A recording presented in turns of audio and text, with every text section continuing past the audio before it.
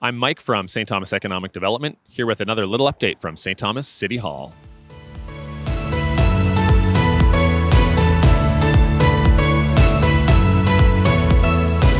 We're back again in the beautiful council chambers of the City of St. Thomas. I'm joined again by Councillor Steve Peters.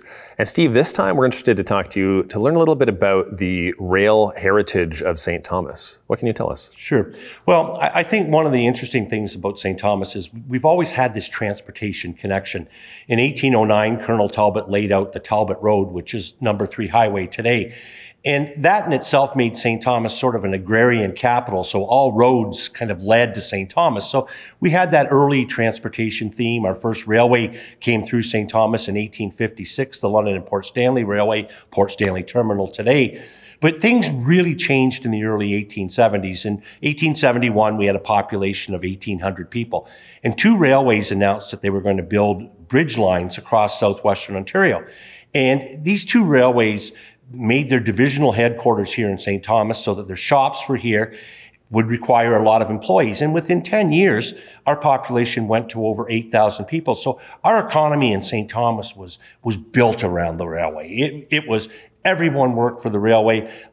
It provided a good, stable job for generations of individuals. And the railways were the driving economic force of St. Thomas well into the 1930s. It dwindled in the 30s, but things really started to change in the 1940s when the diesel era came along and the steam engines, who required a lot of help, a lot of employees to look after them.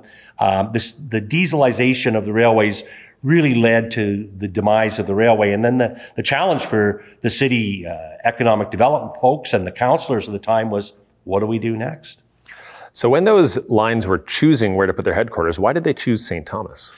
Well, part of it was because the Canada Southern Railway in particular was bonused to come here. $25,000 was given to them by the town of St. Thomas at the time to come to St. Thomas. The county of Elgin contributed $250,000 to bring these rail lines in. So, and the other thing is that it was actually quicker to get from Buffalo to Detroit through southern Ontario than it is to go around the south shore of Lake Erie. So these 2 railways were really a bridge between across Canada for the United States.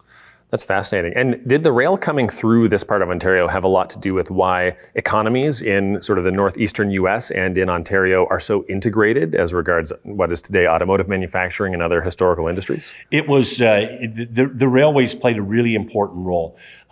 Because as even still today, where we don't have the presence of the railway is still an economic advantage for a community like St. Thomas, the fact that we can offer rail ability. So, you know, a number of the plants would ship raw materials into St. Thomas, and we would see those raw materials transformed into automotive parts or other pieces of equipment. So in the early days, yeah, the rail was really important. When St. Thomas was such an important passenger rail hub, were there any notable figures that came on by rail to St. Thomas because of this? Oh, a lot of notable figures passed through St. Thomas over the years. You know, Harry Houdini, Lucille Ball, Franklin Roosevelt passed through a number of times.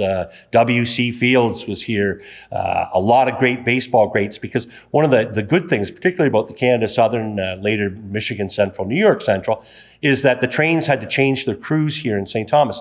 So they would, the passengers would often disembark at the Queso station, go in and grab a bite to eat and wait for the crews to be changed. So a lot of famous people passed through St. Thomas. But as well, though, too, the rails opened up and, you know, gave countless people new opportunities to take a train to St. Thomas and start a new life here. That's interesting. Well, Steve, I think in our next segment, you talked about sort of the dwindling of the impact of the rail in the 30s. I think we should talk about that next time. So like and subscribe on YouTube and stay tuned for another little update coming soon.